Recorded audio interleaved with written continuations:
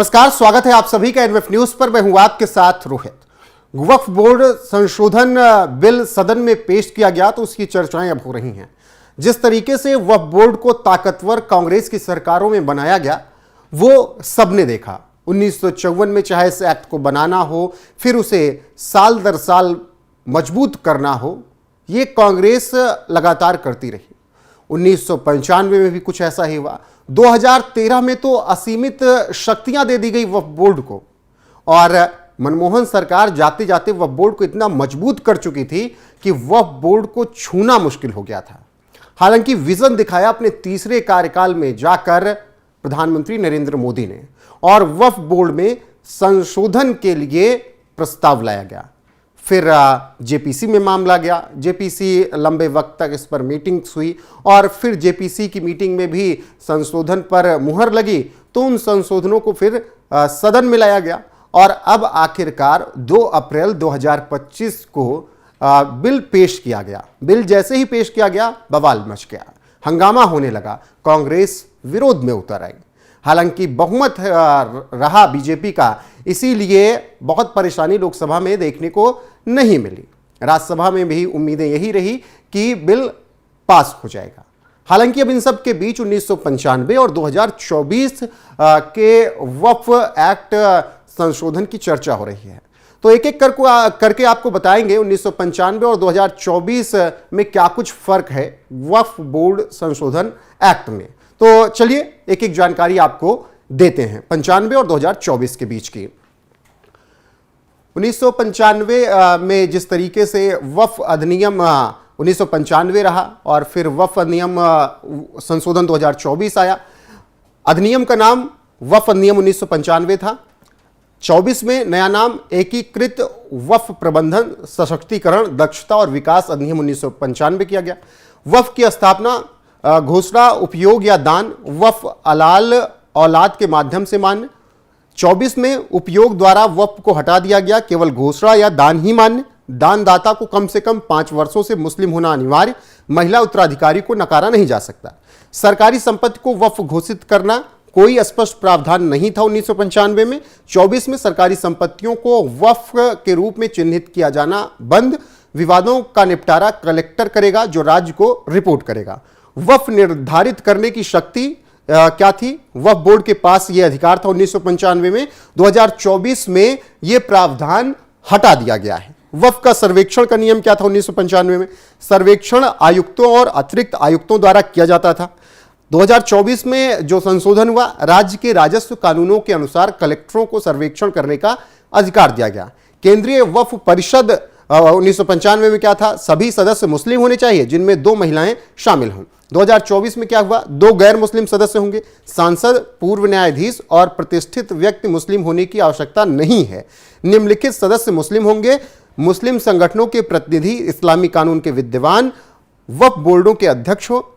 मुस्लिम सदस्यों में से कम 2 महिलाएं होंगी। यह बदलाव रहा है। आगे बताते हैं। राज्य वक्फ बोर्ड का नियम 1995 में क्या था?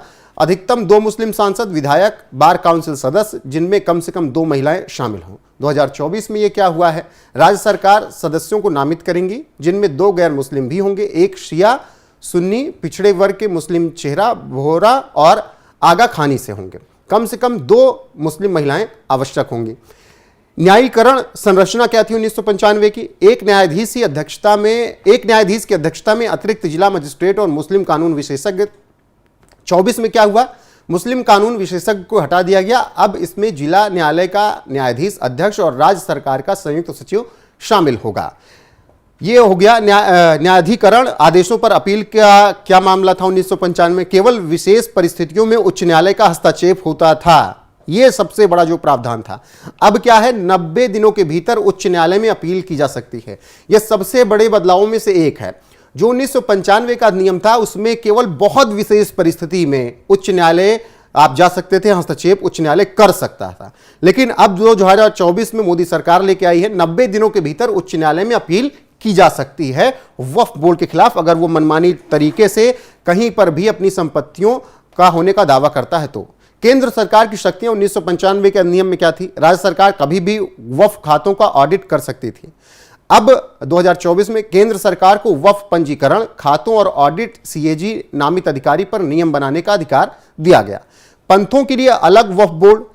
1995 में क्या था, यदि शिया वक्फ 15% से अधिक हो तो शिया और सुन्नी के लिए अलग बोर्ड होगा।